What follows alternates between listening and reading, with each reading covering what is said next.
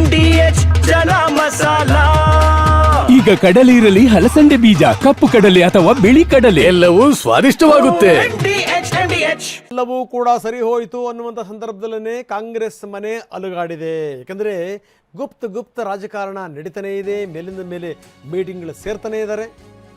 ಇದು ನಿನ್ನೆ ಸತೀಶ್ ಮತ್ತು DK ಸಭೆ ಮಾಡಿದರು. ಇಂದು ಕೂಡ ಸತೀಶ್ ಜಾರಕಿಹೊಳಿ ಅವರನ್ನ ಭೇಟಿ ಮಾಡಿ DK ಸಭೆ ಮಾಡಿದರು. ಇವತ್ತು ಪ್ರಿಯಾಂಕ್ ಅವ್ರನ್ನ ಭೇಟಿ ಮಾಡಿದ್ದಾರೆ DCM. ನಿನ್ನೆ ತಡರಾತ್ರಿ ಸತೀಶ್ ಜಾರಕಿಹೊಳಿ ಜೊತೆಗೆ DK ಸಭೆ ಮಾಡಿದ್ರು. ಸುಮಾರು 1 ಗಂಟೆ ಚರ್ಚೆ ಆಯಿತು. ಇವತ್ತು ಪ್ರಿಯಾಂಕ್ ಜೊತೆಗೆ, ಇದೆಲ್ಲದರ ಜೊತೆಗೆ ದಿಢೀರ್ನೆ DK ಸುರೇಶ್ ಬಂದಿದ್ದಾರೆ ಅಣ್ಣನ ಮನೆಗೆ. ಯಾವ ಕಾರಣ ಇರಬಹುದು?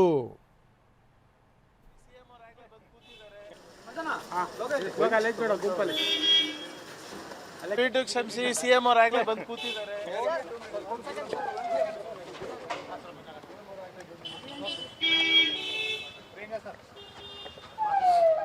ದಯವಿಟ್ಟು ಕ್ಷಮಿಸಿ, ನಿಮ್ಮ ಹತ್ರ ಮಾತಾಡೋಕ್ಕಾಗಲ್ಲ. CM ಈಗಾಗಲೇ ಬಂದು ಕೂತಿದ್ದಾರೆ, ಹಾಗಾಗಿ ನಾನು ಹೋಗ್ತಾ ಇದ್ದೀನಿ ಅಂತ ಪ್ರಿಯಾಂಕ್ ಖರ್ಗೆ ಅಲ್ಲಿಂದ ದೌಡಾಯಿಸಿದರು. ಯಾರೇನೂ ಕೂಡ ಹೇಳುವಂಥ ಸ್ಥಿತಿಲಿಲ್ಲ. ಯಾಕೆಂದರೆ ನಾವು ಕೂಡ ಬಿಡಲ್ಲ, ಕೇಳಿದ್ದನ್ನು ಕೇಳ್ತೀವಿ, ಕೆದಕ್ತೀವಿ, ಅದೇ ನಮ್ಮ ಕೆಲಸ. ಎಲ್ಲದಕ್ಕೂ ಉತ್ತರ ಕೊಡೋಕೆ ಅವ್ರ ಹತ್ರ ಉತ್ತರ ಇರಬೇಕಲ್ಲ. ಕೆಲವು ಸಂದರ್ಭಗಳಲ್ಲಿ ನಾಯಕರುಗಳೇ ಪತ್ರಕರ್ತರನ್ನು ಕೇಳೋದುಂಟು, ಏನು ನಡೀತಾ ಇದೆ, ಏನಾದರೂ ಮಾಹಿತಿ ಇದೆಯಾ ಅಂತ. ಅಷ್ಟರ ಮಟ್ಟಿಗೆ ಒಳಗಿಂದೊಳಗೆ ಯಾವ್ಯಾವ ಸುಳಿಗಳಿರ್ತಾವೋ ಹೇಳೋಕ್ಕಾಗಲ್ಲ. ಮದುವೆಗೆ ಬಂದಿದ್ದಾರೆ, ನಾನು DK ಭೇಟಿಯಾಗಿದ್ವಿ. KPCC ಅಧ್ಯಕ್ಷ ಸ್ಥಾನದ ಬಗ್ಗೆ ಎಲ್ಲೂ ಕೂಡ ಚರ್ಚೆ ಆಗಿಲ್ಲ. ಇದು ಸತೀಶ್ ಜಾರಕಿಹೊಳಿ ಅವರ ಮಾತು. ಪ್ರತ್ಯೇಕವಾಗಿ ಜಾಸ್ತಿನೇ ಮಾತಾಡಿರಬಹುದು. ಏನು ಮಾತಾಡಿದ್ರು ಕೂಡ ಪಕ್ಷದ ನಿರ್ಧಾರವೇ ಅಂತಿಮ.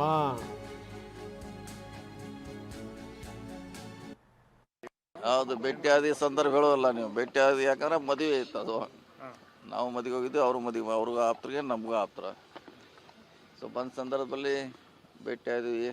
ಅವರು ಕೂಡ ನಮ್ಮ ಜೊತೆ ಊಟ ಕೂತಿದ್ದು, ಜೊತೆಯಲ್ಲಿದ್ದರು. ಸೊ ಅಷ್ಟಾಯ್ತು. ಅವ್ರು ಇನ್ನೂ ಮತ್ತೆ ಬೇರೆ ಕಾರ್ಯಕ್ರಮ ತಗೋದ್ರು, ನಾವು ನಮ್ಮ ಮನೆಗೆ ಬಂದ್ವಿ ಅಷ್ಟೇ. ಪ್ರತ್ಯೇಕವಾಗಿ ಒಂದು 15 ನಿಮಿಷ ಮಾತಾಡ. ಹೌದಾ, ಪ್ರತ್ಯೇಕವಾಗಿ 15ಕ್ಕೆ ಜಾಸ್ತಿನೇ ಮಾತಾಡ್ಬೋದು.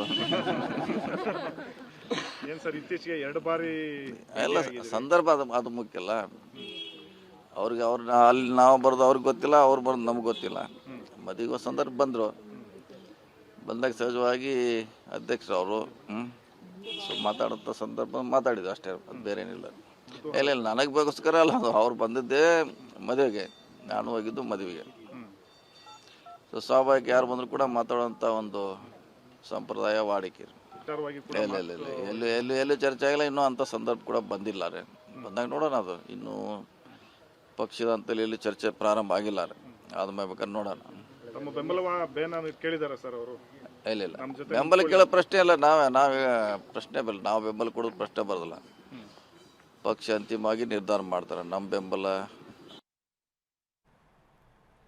ಇದು ಸತೀಶ್ ಅವರ ಮಾತು. ಮದುವೆಗೆ ಹೋಗಿದ್ವಿ, ಅವ್ರು ಬರ್ತಾರೆ ಅಂತ ನನಗೆ ಗೊತ್ತಿರಲಿಲ್ಲ, ನಾನು ಬರ್ತೀನಿ ಅಂತ ಅವ್ರಿಗೆ ಗೊತ್ತಿರಲಿಲ್ಲ. ಇಬ್ಬರು ಭೇಟಿಯಾದ್ವಿ, ಅಕ್ಕಪಕ್ಕ ಕೂತ್ಕೊಂಡು ಊಟ ಮಾಡಿದ್ವಿ. ಇದು ಸಂಗತಿ.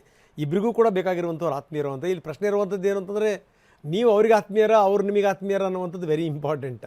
ಅಂತೂ ಇಂತೂ ಏನಾದರೂ ನಾಯಕರ ಜೊತೆಗೆ ಸಾಕಷ್ಟು ಚರ್ಚೆ ಆಗಿದೆ. ಬನ್ನಿ, ಪ್ರಮೋದ್ ಶಾಸ್ತ್ರಿ ನಮ್ಮೊಂದಿಗೆ ಈಗ ನೇರ ಸಂಪರ್ಕದಲ್ಲಿದ್ದಾರೆ. ಪ್ರಮೋದ್, ಭಾಳ ಗಮನಿಸಬೇಕಾದಂಥ ಸಂಗತಿ, ಎಲ್ಲವೂ ಕೂಡ ಸರಿ ಹೋಯಿತು ಅನ್ನುವಂಥ ಸಂದರ್ಭದಲ್ಲೇ ಈ ಒಳಗಿಂದೊಳಗೇನೆ ಬೆಂಕಿ ಇರುತ್ತಲ್ಲ, ಬೂದಿ ಮುಚ್ಕೊಂಡಿರುತ್ತೆ, ಗೊತ್ತಾಗಲ್ಲ.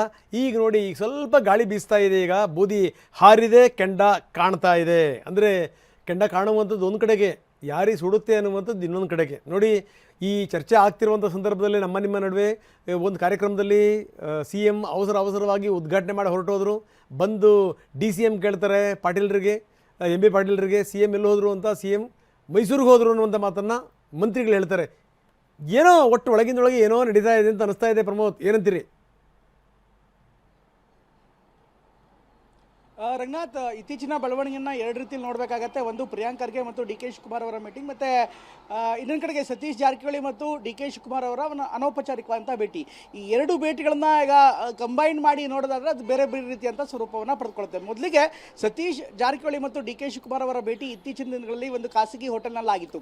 ಅದು ಭಾರಿ ದೊಡ್ಡ ರಾಜಕೀಯ ಹೆಜ್ಜೆ ಕೂಡ ಹೌದು. ಅಫ್ಕೋರ್ಸ್ ಯಾರು ಏನು ಹೇಳಿದ್ರು ಕೂಡ, ಯಾರ ಪರ ಯಾರ ವಿರುದ್ಧ ಅನ್ನೋದಕ್ಕೆ ಕೂಡ ಚರ್ಚೆಗಳಾಗ್ತಾ ಇದ್ರು ಕೂಡ, ಇಲ್ಲಿ ವೆರಿ ಇಂಪಾರ್ಟೆಂಟ್ಲಿ ಇಬ್ಬರು ಕೂಡ ಭೇಟಿ ಆಗೋದೇ ಒಂದು ಮಹತ್ತರವಾದಂಥ ಬೆಳವಣಿಗೆ ಜೊತೆಗೆ ಕಾಂಗ್ರೆಸ್ ಪಕ್ಷದಲ್ಲೂ ಕೂಡ ಒಂದು ದೊಡ್ಡದಾದಂಥ ಬೆಳವಣಿಗೆ. ಇದು ಒಂದು ಭಾಗ. ಇದ್ರ ಜೊತೆಗೆ ಸುದೀಪ್ ಅವರ ಸೋದರ ಅಥವಾ ಸೋದರಿಯ ಮಗನ ಮದುವೆಯಲ್ಲೂ ಕೂಡ ಇಬ್ಬರು ಕೂಡ ಭೇಟಿಯಾಗಿದ್ದಾರೆ.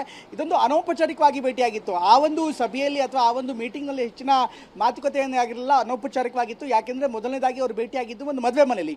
ಅಟ್ ದ ಸೇಮ್ ಟೈಮ್ ಅವರಿಬ್ಬರು ಕೂಡ ಒಟ್ಟಾಗಿ ಕೂತ್ಕೊಂಡು ಒಂದೇ ಟೇಬಲ್ ಊಟ ಮಾಡ್ತಿದ್ರು ಕೂಡ ಸುತ್ತಮುತ್ತಲೂ ಕೂಡ ಬೇರೆ ಬೇರೆ ನಾಯಕರಿದ್ದರು, ಬೇರೆ ಬೇರೆ ಶಾಸಕರಿದ್ರ ಜೊತೆಗೆ ಸ್ಥಳೀಯರು ಕೂಡ ಇದ್ರು. ಹಾಗೆಯೇ ಮದುವೆ ಮನೆಯ ಆಪ್ತರು ಕೂಡ ಎಲ್ಲರೂ ಕೂಡ ಅಲ್ಲೇ ಇದ್ರು. ಹೀಗಾಗಿ ಅಲ್ಲಿ ಹೆಚ್ಚಿನ ರಾಜಕೀಯ ಮಾತುಕತೆಗಳಾಗಲ್ಲ, ಒಂದು ಸೌಹಾರ್ದಯುತವಾದಂಥ ಭೇಟಿ, ಸೌಹಾರ್ದಯುತವಾದಂಥ ಮಾತುಕತೆ ಆಗುತ್ತೆ.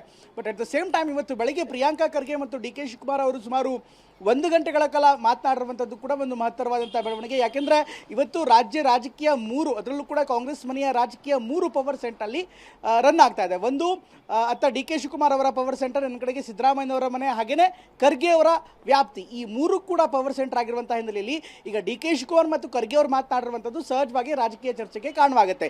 ಇಲ್ಲಿ ಒಂದು ಪಾಯಿಂಟ್ ಇದೆ ರಂಗನಾಥ್, ಬುಧವಾರ ಅಂದರೆ ನಿನ್ನೆ ಅಲ್ಲ ಮೊನ್ನೆ ಒಂದು ಬೆಳವಣಿಗೆ ಆಗುವಂಥ ನಿರೀಕ್ಷೆಯನ್ನು ಕಾಂಗ್ರೆಸ್ನಲ್ಲಿ ಹಿರಿಯ ನಾಯಕರೆಲ್ಲರೂ ಕೂಡ ಎಕ್ಸ್ಪೆಕ್ಟ್ ಮಾಡ್ತಾ ಇದ್ರು. ಪ್ರಮುಖವಾಗಿ ಬುಧವಾರ ಹೈಕಮಾಂಡ್ ನಾಯಕರು ಕರಿಬಹುದು, ಇಬ್ಬರನ್ನು ಕೂಡ ಮಾತನಾಡ್ಬೋದು ಅನ್ನುವಂಥ ಒಂದು ಬೆಳವಣಿಗೆ ಇತ್ತು. ಆದರೆ ಅಲ್ಲಿ ಪಾರ್ಲಿಮೆಂಟ್ ಕಾರಣಕ್ಕೋ ಅಥವಾ ಕಾಂಗ್ರೆಸ್ನ ಬೇರೆ ಬೇರೆ ಪರ್ಮಿಟೇಷನ್ ಕಾಂಬಿನೇಷನ್ ಕಾರಣಕ್ಕೋ, ಒಳಗಿನ ರಾಜಕೀಯದ ಕಾರಣಕ್ಕೋ ಇಲ್ಲಿನ ಕಾಂಗ್ರೆಸ್ ರಾಜಕಾರಣ ಅಥವಾ ಕರ್ನಾಟಕದ ರಾಜಕಾರಣವನ್ನು ದೆಹಲಿಗೆ ತರಲಾಗಿಲ್ಲ. ಈ ಕಾರಣಕ್ಕೋಸ್ಕರ ಯಾಕೆ ವಿಳಂಬ ಆಯಿತು ಅನ್ನುವಂಥದ್ದು ಕೂಡ ಒಂದು ಒಳಗೆ ನಡೀತಾ ಇರುವಂಥ ಚರ್ಚೆ. ಹೀಗಾಗಿಯೇ ಈ ಎಲ್ಲ ಬೆಳವಣಿಗೆಗಳ ಬಗ್ಗೆ, ಕಾಂಗ್ರೆಸ್ ಮನೆಗಳ ಆಂತರಿಕ ಬೆಳವಣಿಗೆ ಬಗ್ಗೆ ಕೂಡ ಡಿ ಕೆ ಶಿವಕುಮಾರ್ ಇರ್ಬೋದು, ಪ್ರಿಯಾಂಕ್ ಖರ್ಗೆ ಇರ್ಬೋದು, ಅವರು ಮಾತನಾಡಿರುವಂಥ ಸಾಧ್ಯತೆ ದಟ್ಟವಾಗಿದೆ ಅನ್ನುವಂಥ ಮಾಹಿತಿ ಲಭ್ಯವಾಗ್ತಾ ಇದೆ. ಬಟ್ ಇಬ್ಬರ ನಡುವೆ ಆಗಿರುವಂಥ ಮಾತುಕತೆ ಏನಿದೆ ಅದ್ರ ಬಗ್ಗೆ ಇನ್ನಷ್ಟು ವಿವರ ಬರಬೇಕಾಗಿದೆ. ಅಂದರೆ ಇಂಥದ್ದೇ ಮಾತಾಡಿದಾರಂತ ಇಲ್ಲಿ ನಿಂತ್ಕೊಂಡು ಹೇಳೋದು ಸದ್ಯ ಕಷ್ಟವಾಗುತ್ತೆ. ಹೀಗಾಗಿ ಮುಂದಿನ ಹಂತದಲ್ಲಿ ಅಂದರೆ ಅವರ ರಾಜಕೀಯ ನಿರ್ಧಾರಗಳು, ರಾಜಕೀಯ ನಡೆಗಳು, ಇದರ ಮೇಲೆ ಅವರಿಬ್ಬರ ನಡುವೆ ಆಗಿರುವಂಥ ಮಾತುಕತೆಗಳನ್ನು ನಾವು ಅವಲೋಕನ ಮಾಡಬಹುದು. ಅವರಿಬ್ಬರ ಮಾತುಕತೆ ಸಹಜವಾಗಿ ಒಂದು ಪವರ್ ಸೆಂಟ್ರಿಕ್ ಆಗಿರುವಂತಹ ವಿಚಾರ ಅಂತ ಹೇಳಿದ್ರೆ ತಪ್ಪಾಗಲ್ಲ. ರಂಗನಾಥ್, ಓಕೆ, ಧನ್ಯವಾದ ತಮ್ಮೆಲ್ಲ ಮಾಹಿತಿಗೆ. ವಾ, ಯಾಕೆ ಈಗ ಬಂತ ಸ್ವಾದ? ಖಂಡಿತ ಈಗ ಬಂತು ಅಸಲಿ ಸ್ವಾದ. MDH chunky chaat masala life ಅಲ್ಲಿ ಅಸಲಿ ಸ್ವಾದ ತರುತ್ತೆ. ಅಸಲಿ ಮಸಾಲ, ಎಸ್ ಎಸ್ MDH.